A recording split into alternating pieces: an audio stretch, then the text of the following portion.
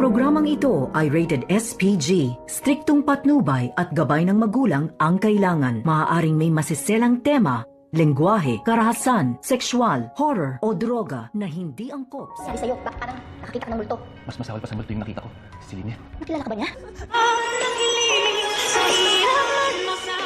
Narito na nga ang ating pakaabangan ngayong Sabado sa Abot Kamay na Pangarap.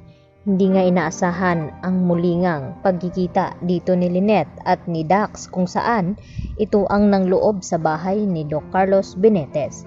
Dahil sa sinamahan nga ni Lynette itong si Josa na dalawin ang puntod ni Cromwell.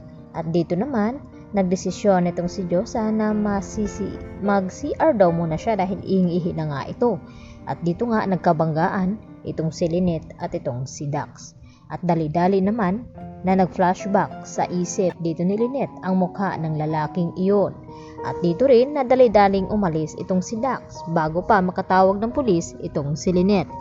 At dito nga na tinanong ni Nerissa itong si Dax na ano daw ang nangyari dito, na parang nakakita daw ito ng multo.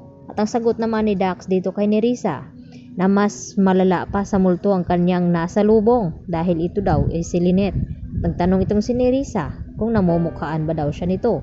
At ang sagot naman dito ni Dax na parang namumukhaan daw siya dahil sa reaksyon nga dito ni Lynette. At maya-maya nga dumating itong si RJ. At dahil sa takot ni Lynette ay bigla naman siyang napayakap dito kay RJ. Samantala, binigyan naman ng bulaklak itong si Giselle, itong si Justin, at winelcome siya dito sa bago niyang opisina. Subalit ay tila hindi nagustuhan ni Justin ang ibinigay na bulaklak at tinapon niya ito. At dito naman, na kunwari nag-react itong si Eric at dito na nilapitan itong kanyang anak na si Justin at sinabi na wag daw bastusin itong si Giselle dahil kahit anong mangyari ay ina niya pa rin ito. At ipinagtataka naman ito dito ni Justin na kung bakit parang kumakampi na itong si Eric dito kay Giselle. At yun na nga, hindi niya maintindihan ang kanyang ama. Samantala, nagreklamo naman itong si Annalyn Santos dito kay Doc Carlos kung bakit ito pa ang ibinigay na taas sa kanya. At iniisip ni Annalyn na parang punishment daw sa kanya iyon kung bakit yun nga ang ibinigay ni Doc Carlos. At dito naman na sinabi ni Carlos kay Annalyn, akala ba daw niya na matalino ito, dapat alam niya ang lahat na gagawin, hindi lang sa pagiging doktor. At dito naman na malakas na sinabi at matapang na sinabi ni Annalyn na challenge accepted at gagawin niya ang lahat. At tila nagiging maayos naman dahil sa nagkasundo itong si Aling Pokwang at ito nga si Annalyn.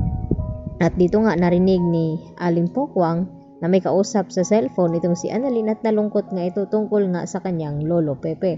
At dito nag-uusap ang dalawa kung ano din ang mga pinagdaanan dito ni Aling Pokwang at nagkaintindihan nga ito.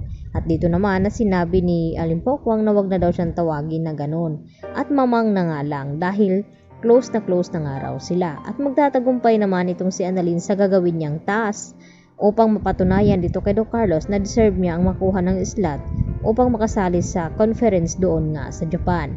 Kaya yan naman ang ating pakatutukan bukas mga ka-idol, lalo na itong nalalapit na makikilala na nga nila kung sino ang mga kasabwat dito ni Moira sa nangyaring ang pangluloob dito sa bahay ni Carlos at sa nangyaring aksidente dito kay Don Pepe. At dito naman nakabado itong si Nerissa na baka madamay siya at makulong. Kaya sinabi dito ni Dax sa kanya na dapat ay makatakas sila at makalayo bago pa mahuli ang lahat at makatawag na itong si Lynette ng mga pulis at masundan itong si Dax. Yan po aking karagdagan latest update at marami pong salamat sa inyong pananatiling panonood dito sa aking munting channel.